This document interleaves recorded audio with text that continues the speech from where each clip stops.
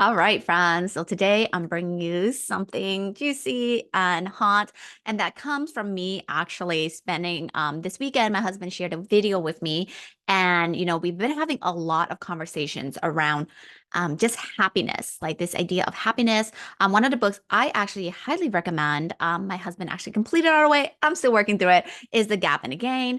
For those of you who are entrepreneurs, you may feel like you are constantly feeling like no matter how much progress you made or why am I not there yet? And it just kind of really feeds then into this belief of like you can never be happy. You're feeling like, oh, even when your money increases, perhaps your happiness just doesn't feel like it's there. So I'm going to talk to you about a couple things. I promise they all tie into one another. So the video I actually was watching wasn't the gap and the gain. It actually was a conversation. I'm gonna actually link it for you down below. So if you want to check it out, there were definitely some parts in there that I agree with. Majority, I don't, simply because of the work that I do. Having worked with so many women specifically, who is just healing through a lot of financial trauma, hurt around money, money wounds, those core beliefs, things of that nature, that has really then shaped how they view money, has really then shaped their wealth identity, how their relationship with money or lack thereof. Because I'll have clients who also completely just dissociate from money altogether. Either they grew up with money and someone else took care of it. And so in their mind, it was just like disconnect with money. Or they're in avoidant relationship with money where money comes in and they don't want to talk about it, they don't want to think about it. And so it's just constantly this cycle of money coming in and going out. Okay. So I wanted to give you some context to have an understanding of my perspective when it comes to money. It comes, of course, from my own upbringing, my own personal experience. For those of you who are unfamiliar with my story, I came here to the United States as a refugee from Laos.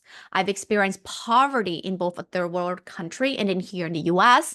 And so for those of us who came as a refugee, especially in my community, I'm Laos, I'm from Laos. We lived in areas where, it was considered like the ghetto, shootings, things of that nature was like the norm for how I grew up. And so growing up, there was always like never enough. And like just as far as just basic like living, it really wasn't enough.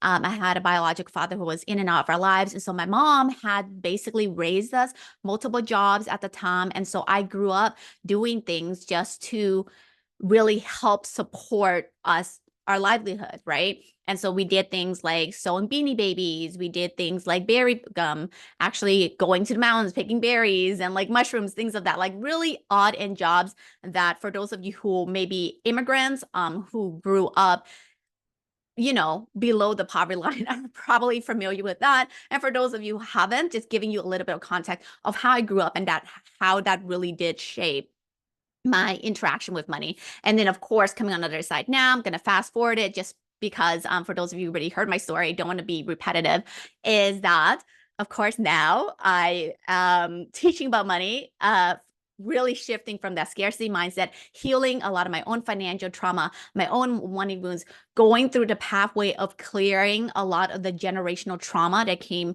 from, like, of course, general trauma, but then more so specifically when it comes to money and clearing that really from my lineage. And so that way it's the cycle of generational poverty, very big on that, especially for those of you who are mothers, especially for those of you who want to become mothers. Because when we're thinking of financial trauma, money wounds, things of that nature, any high levels of stress, a great book for you to pick up is The Body Keeps a Score. That is stored within our bodies. So when you're pregnant, that is then carried through the womb. So you are passing that on. For those of you who are mothers now and feel like it's too late, it's not, because your children are going to pick up now the work that you're doing to help clear that, the work that you're doing to really heal from the financial wounds, the financial trauma you may have experienced growing up, and then how you're living that out now. So the most important part is how they're witnessing you live that out now from all the work that you're doing. Okay. So I wanted to give you a little bit of context there. And so today's focus is basically, I'm going to build a case for why you want to raise your standards as far as how much money you actually want to attract, you want to call into your life. So many of you have a vision for what it is that you desire. You have a vision for what it is that you want to birth, you want to bring forth into the world. You became an entrepreneur because you have a deep longing, a desire for impact. And so as I was watching like this video, and then he was talking about the different generations and how much money they think they need in order to be happy, right? So all the other generations, I think they were like 100K, all that as far as their salary. And then you get to millennials and they're at like 500,000, which is, $500,000. And they were actually poking fun at that.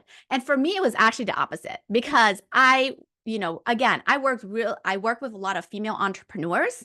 I was helping them to clear the generational poverty, the generational scarcity mindset that runs in their family. So for me, I'm helping them to rise their standard. I'm helping them to rise into their next level of earning power. I'm helping them to rise into the next version of wealth identity for themselves, right? And so having that perspective, then watching this video, when the men were laughing about like how millennials thinks they need like $500,000 in salary or, annually, whatever it was. And in my mind, while they were laughing at them, and I was just curious, I was just like, why is it that the other generations aren't raising themselves up to that standard? Because here's what I know to be true. And this is a spiritual principle. It is the law of expectancy. You get out of life what it is that you expect. If you want to rise, then your capacity to hold more, to attract more, to earn more, you have to raise then your standard for what it is that you are willing to accept. Okay. So instead of like poking fun at them, my mind went to why aren't all generations raising their capacity, raising their standard of what it is they want to bring in? Okay. So he was talking about like happiness and the correlation, because as you raise your standard, you will bring in more, you will attract more because you want to progress.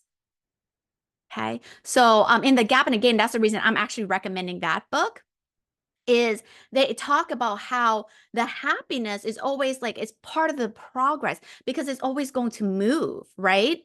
And that's part of our evolution. We are designed to progress. We are designed to move. So why then? It actually made me sad for them. Why then would you have such a low standard for yourself? I was like, absolutely not. You are called, you are anointed, you are called to an abundant life. So why would you not then strive for that? And for those of you who are like, oh, she's just talking about money. No, I'm talking about everything. Okay. And here's where this is all going to tie in. So other than, of course, the basics, right? We look at Maslow's hierarchy of needs, the very basics that you need in order to like really progress, right? In order for you to have some level of contentment. The first level of is, of course, we talk about security, feeling safe enough, that baseline. And so even in the video that I'm going to link for you that I'm referencing is, once your need for shelter, right? Water, food, all of that has been met, just like the very basic needs. And I have definitely some thoughts on that because I feel like you definitely should not just set your standard to, oh, I'm barely surviving and that's enough. I'm like, no. You're called to an abundant life. You're called to experience so much more than just getting by, so much more than scraps, so much more than just breadcrumbs. Absolutely not. You're called to be able to walk into, powerfully into the next version of who God has divinely downloaded into your mind, and you caught glimpses of her. That is what I want you to walk into. Okay. So I'm going to actually break down some of the things that he said people can do with their money, right? I feel like there are definitely other things that they didn't consider as well. So the 5 areas that he brought up was buy stuff, buy experiences, buy time, give it away, save it, were the 5 areas. Okay. So I'm going to break it down, and then I'm going to share the other areas where I feel like you can really just expand your capacity to circulate money. Okay. And why that part is important. So they really knock on like buying stuff, right? For me, girl, okay. When it comes to buying stuff, things cannot buy you happiness. But I also witnessed the joy that comes when there is thoughtfulness that is put into a gift. Perhaps it's a handcrafted gift. Perhaps like with my children, I remember with a friend, we went to like this art place and they painted like this little statues and things like that, and how excited the kids were to be able to paint that and then like be able to give it, right?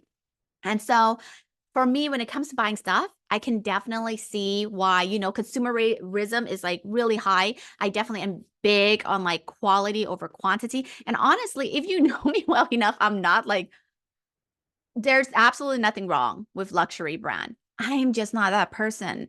Okay. But I would never knock someone because they like quality things. They really like, the feel of, the quality of like their sweater or something, or like they really love their car, because I feel like people do have different things that they just really love. So I'm not going to knock on that. So, but I am in agreement that if you don't have the financial resources, buying stuff is not going to make you happy. And even if you have the financial resources, buying things in general, you go into a Marshalls. Okay. I love Marshalls or TJ Maxx. It's just going to give you that dopamine hit, and it's not going to give you the happiness you're looking for. So here's my invitation to you with that. And so oftentimes when I'm working with clients, when I see them in this cycle of constantly spending, the first thing they're told is, oh, you're not good with money. You need to save. The problem with that is they're told they're bad. You're a bad person. I'm bad for spending money. Okay. So the identity becomes, I'm a bad person. You need to save money. Okay. Their mind goes into, I'm not doing it right. Okay. So why do they keep spending money if this is being projected onto them and being told all the time, right? There are people like Dave Ramsey. They have people who are very on the practical side with money to stop spending money. With my clients who I see this pattern, I actually don't tell them to do that first. Okay. Here's why. I don't tell them to do that first because I know that there is a pattern there that is a result of some emotional wound that needs healing. Okay. So when people say, you actually hear people say, oftentimes people are buying things is because they're it's feeling something for them emotionally. And then what I work with my clients on is, what is the emotional need that is not being met? How can we focus on that? So when someone's emotional need isn't being met and they're struggling emotionally, what they don't need is to feel more guilt and shame. What they don't need is people actually telling them that they're bad, that they're wrong. Okay. I want you to even think for yourself. Maybe this is you. Maybe you feel like, I'm the spender. I'm the one who's going to these stores. I already feel that with myself. My invitation to you, I would absolutely love to support you. In the description box, I'm actually going to have ways for me to really be able to support you, or even get you just jump started, right? One of those practices I really love to have you begin with is actually an EFT tapping session where I help you to begin clearing some of like the stronger triggering energy, just so that way you can just feel like a sense of peace and ease around money. Okay. So I would have you start there. It's completely free. So it's actually down below. And so for someone who is struggling, what they don't want to be met with is more guilt and more shame, because they're already feeling a lot of guilt and shame.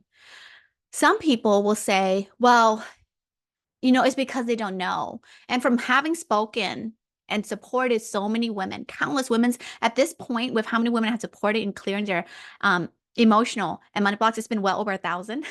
What I can tell you is they know. They're very aware that they're trying to feel that with something, but they don't know what it is.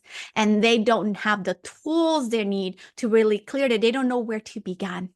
And that's the reason I do the work of that I do. And I'm so passionate about it because I'm so sick and tired of people making these women feel bad about themselves when they already feel bad about this pattern and they don't know how to stop it. So I work with them on helping to heal the emotional wounds that is so tied to how they are circulating money. And right now it's without intention.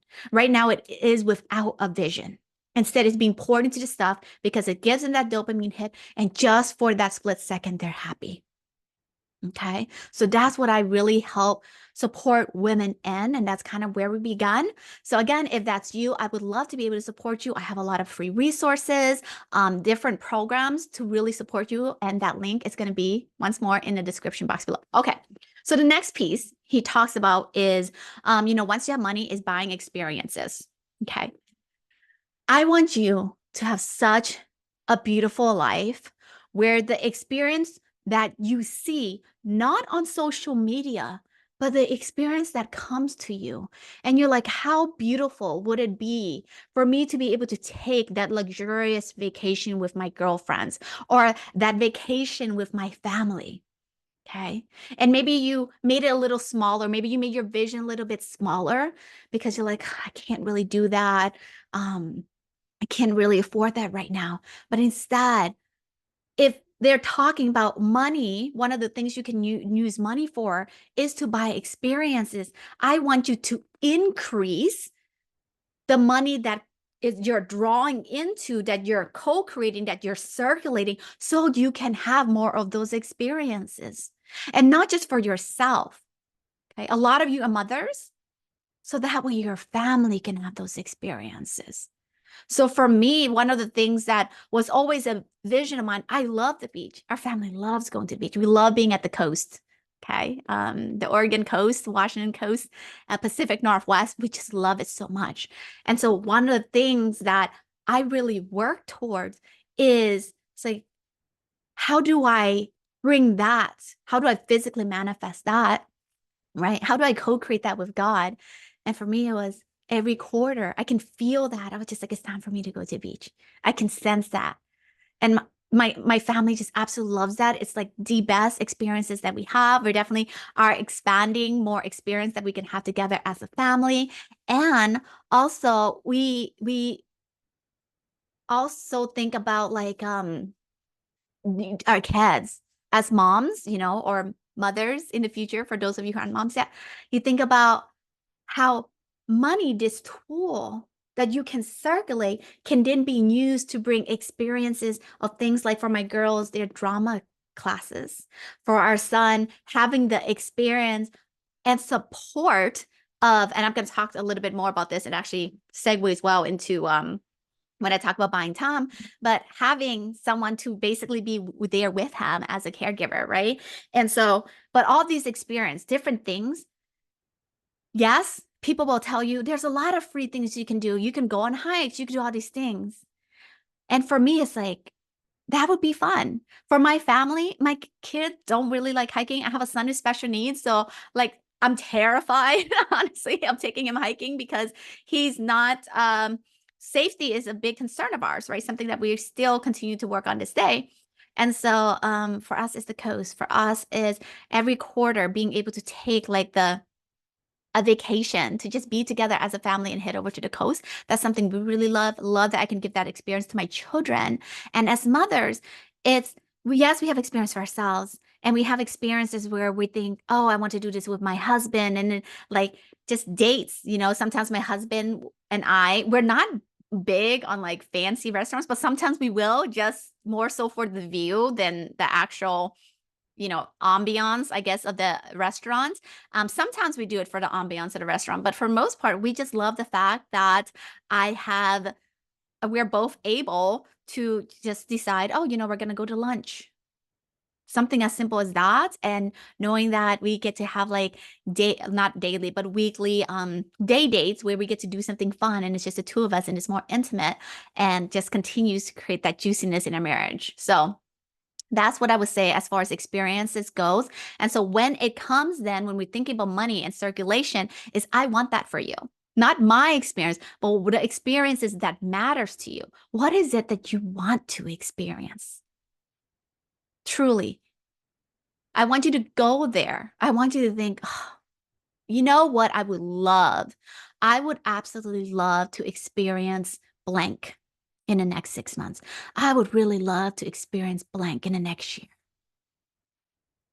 I want you to think about the people who you'll be with while you're having this experience. Is it your family? It could be some of your best girlfriends. It can be your partner. Okay? Because our relationships bring so much depth to our experience.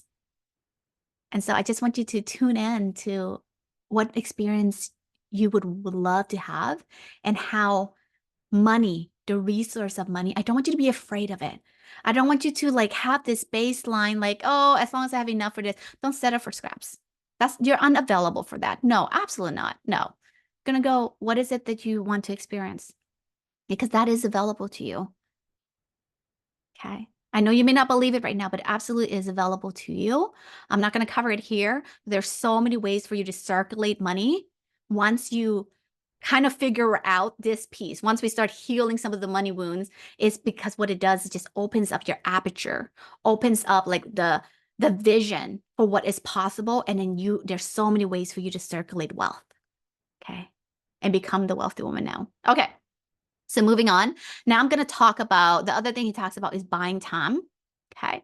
So when we talk about time is I want you to raise your capacity to earn more, to circulate more, so that way you can buy back more of your time.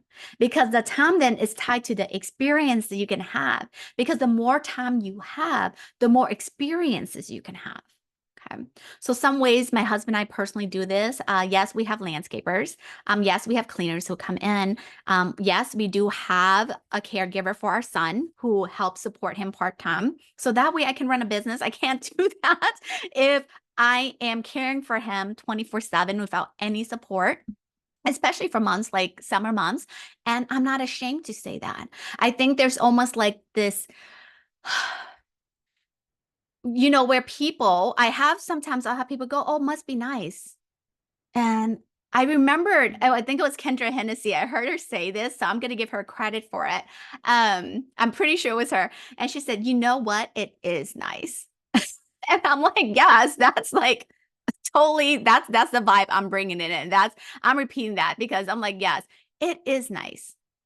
Because people only say that because there's a part of them that feels insecure about themselves. Because the person who's doing that too, they're not thinking that about you. The person who is the wealthy woman, they would never say that because the wealthy woman does not compare herself to someone else and feels as though she has to say jarring things to them so that way she feels better.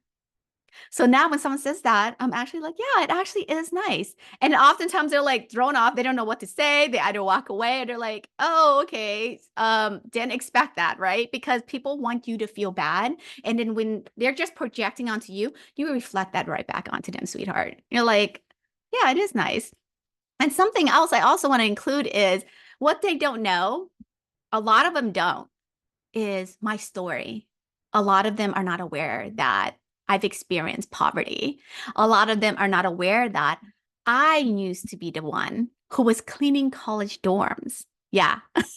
Cleaning houses. If you ever think your house is gross, all you have to do is visit a college dorm and yeah, it's a mess. So you can feel really good about yourself right now because it's true. So yeah, they were not aware that I was the one who was cleaning toilets and doing all these things. So for them, they're projecting onto me with no recollection, no understanding of my history. And in the beginning, there was a part of me that felt like, you don't know who I am. You don't know my history, all this, right? But it was my own insecurities. But now that I'm more secure in my wealth identity and who I am, what I bring to the table, and I'm showing up as the wealthy woman now. I am so clear. And so when someone comes at me and says things like that, I know it is from a place of hurt and I don't have to receive it. So receiving it is when you take on something and you internalize it, makes it feel something about you, and you get emotionally, there's like an emotional tie. They have emotions, they project out to you, you're receiving that emotion, now you're making it yours, right? Whereas when someone says, again, when they're like, must be nice, reflect it back right to them. And I'm not saying it from this place of like, yeah, it is nice, but actually it is nice. More so from this place of like, I am so grateful. Absolutely. Praise Jesus. Thank you so much, Lord, for the blessings you have bestowed into our family in this season. Okay.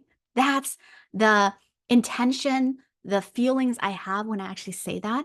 I'm not like, when I say reflecting it back to them, it's not being me being snarky. It's me allowing them to process what it is that they're sorting out.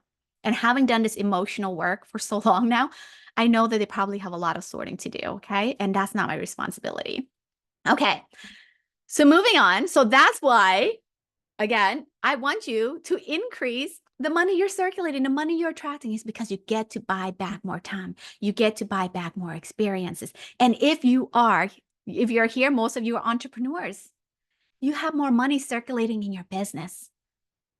Instead of being so stressed out, buying into hustle culture, how amazing would it be for you to slowly integrate someone into your business who can then help you to scale, because now instead of working in the business, you become the CEO and you get to work on the business, because that is actually how you scale. That is actually how you take your business and you 10x it. There's this amazing book. It is called Buy Back Your Time. I think it's by Dan Martell. I'm actually not sure.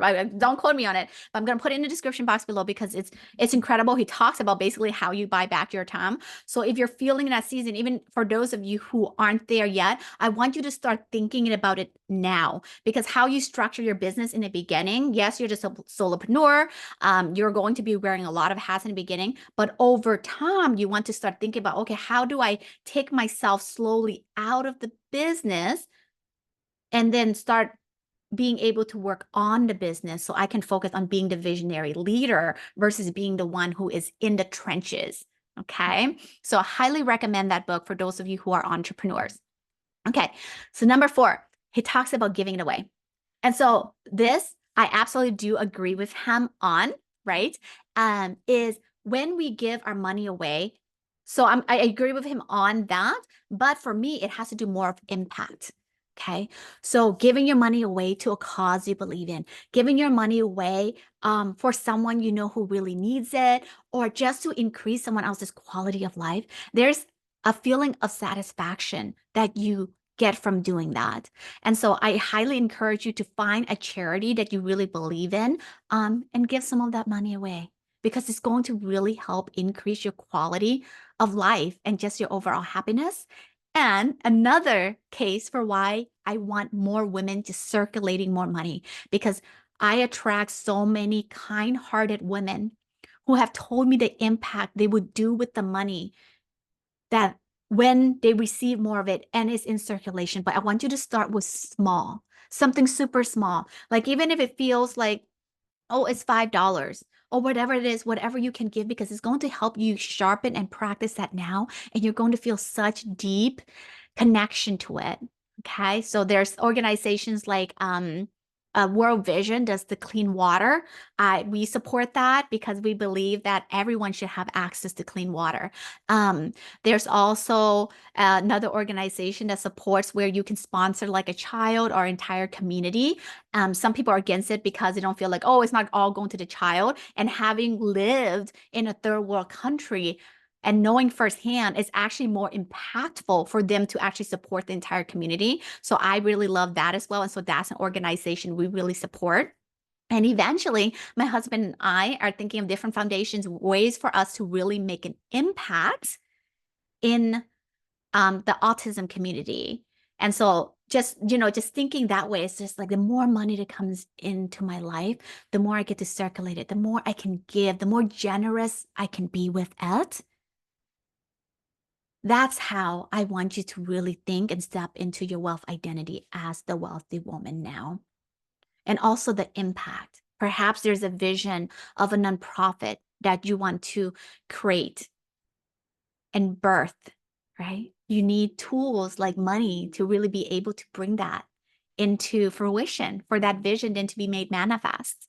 And so I just want you to just tune in, allow yourself to go into generosity, to go into impact, where when I have more money circulating, how much of a service that is to humanity because I have more money, because it's going to increase my capacity and to give in ways that I'm restricted to when I don't. Okay. So finally, he talks about saving it, right? Saving money. So I agree here, and I'm also going to expand. So saving money, it gives you security. It just feels good to know that you have money to, in the event life happens, right? The wise woman knows that there are seasons where, you know, things outside of ourselves shift, things change. And so having an abundance of savings is also how she is being a woman of wealth, because she's giving herself stability. She's giving herself that financial security. And so I also know without a shadow of a doubt that the more money you have, you're able to attract, the more money you're able to create, then you're able to increase your ability then to save and create that security for yourself and for your family. And I want that for you. And money needs to be in circulation. That is my firm belief. I talked in another video about how money is energy, and some people will disagree with that. And for me, I'm not going to dive deep into that video, but basically what that concludes is, or how I share my perspective on it, is when we think about money and the exchange of money, right? Money is an equal energetic exchange. It's when you think about like sales, you as the creator, you made this program, all that's your time, right? So that's your energy being poured into this product, being poured into the service. And then someone who is paying you for it, they may have either their own business, where again, that money came from their energy, or they are working a job in corporate or whatever it is. Either way, both of you have poured energy into either the creation of the service or product, and the other one is the generating of that money through a work that they're doing. And then there's an exchange that didn't happen. And because of that, I do believe truly that money then needs to be circulated. So what do I mean by circulation? Circulation, it has an intention behind it. Circulation isn't me going to, again, I love myself, a Target run, Marshall's run, TJ Maxx, all the things. So I'm not going to deny that, because that is who I am. And I do love like little fun sprees and things of that nature, but it's always with intention. So the wealthy woman is intentional about where that money goes. Okay. So when we're thinking of saving, she's thinking, okay, how do I put this into a high yield savings account? So that way the money continues to circulate and grow. She's not thinking, okay, I'm just going to put it in a savings account. I'm going to tuck it underneath the mattress, right? Where it doesn't have the opportunity to grow. It doesn't have an opportunity to circulate. I'm going to put it into a high yield savings account. So that way it continues to multiply without me not really doing anything on my end. She's also thinking about investments. Wise investments. She's thinking about how she diversifies the money that comes in, so that way she's investing in different things that will continue to grow. Okay. And she's in it for the long haul. So she's not investing in something that's like a get rich scheme, or investing in like things short term. Instead, she's thinking long term. How do I then invest in a way so that way that money continues to compound and multiply? She also is looking for diversification. So she may invest in things like real estate. She may invest in, like in the stock market. There's so many different ways for her to really invest her money. And she does it from a place of wisdom. Okay. And then I want to talk about, for those of you who are entrepreneurs, is I want you to save. Yes. I want you to invest. your money in both, of course, things like the stock market, real estate, things of that nature, whatever you're feeling called to. Okay. I'm not a disclaimer, not a financial advisor. So I should have started off with that. But I will say this, if you're an entrepreneur, I want you to invest back into your business because your business needs you to reinvest into it in order for it to grow. So what does reinvestment in your business look like for you? What does that mean? Okay. I want you to actually sit with it. What does that mean for you to reinvest back in the business? Does it, in order for you to really identify that, is for you to actually reflect on your business. What are some of the bottlenecks? Do you need mentorship? You don't even know where to start. You don't even know what your bottlenecks are. You don't know what's actually preventing you from scaling. In that case, you probably need more mentorship. Maybe your sales process, you're not bringing in enough sales. You're getting the leads, but you're like, something's wacky with my sales. Would love to be able to support you with that. I do offer coaching around that, especially when it comes to sales. And I do actually have a marketing and sales agency where we could really support you as far as being more strategic and that mentorship side. And so I really want you, this is not a sales pitch, this is me simply telling you, it doesn't have to be, it could be someone else, but I want you to identify what are the bottlenecks within your business? What is preventing it from growing? Or at least what's preventing the sales from happening? There is something, I always like to think of everything as almost like a funnel. There is something broken in the funnel. Okay. Is it that you need to bring in more support? Is it that you're spending way too much time? Again, going back to number 3, you're spending way too much time in the business and you need to invest in someone coming in so that way you can have then the ability to actually be working on your business. There's so many different supports that you need, but before you go into like, well, I'm just going to start hiring this person to replicate all this. Absolutely not. That's not how we think of as a CEO. That's not how we think as the wealthy woman. Instead, we take a wider lens and we go, okay, what's happening? Where do I see things not adding up? And then that's how you make wise decisions as far as what to do next within your business growth and how you fully scale. Okay. That was a lot. I hope that was helpful for our views. So basically all that to say, I am going to be linking that video down below where I really expanded and gave my perspective on something that was some of the things that was covered in the video, giving my perspective from the lens of being an EFT practitioner, having of course, my own experience, having experienced poverty in third world country here in the US, having worked with thousands of women to really help them clear their own emotional and money blocks.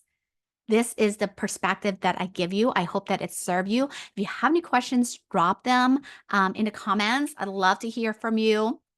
And I hope that this encourages you to be available. Open yourself up to receiving more. Rise your standards. Okay, we're going to raise your standard and rise into the wealthy woman now. The decisions that she gets to make, the perspective in which you see things, how you evaluate things, especially when it comes to money, as the wealthy woman now. With that being said, friends, I hope that was helpful and I will catch you next time.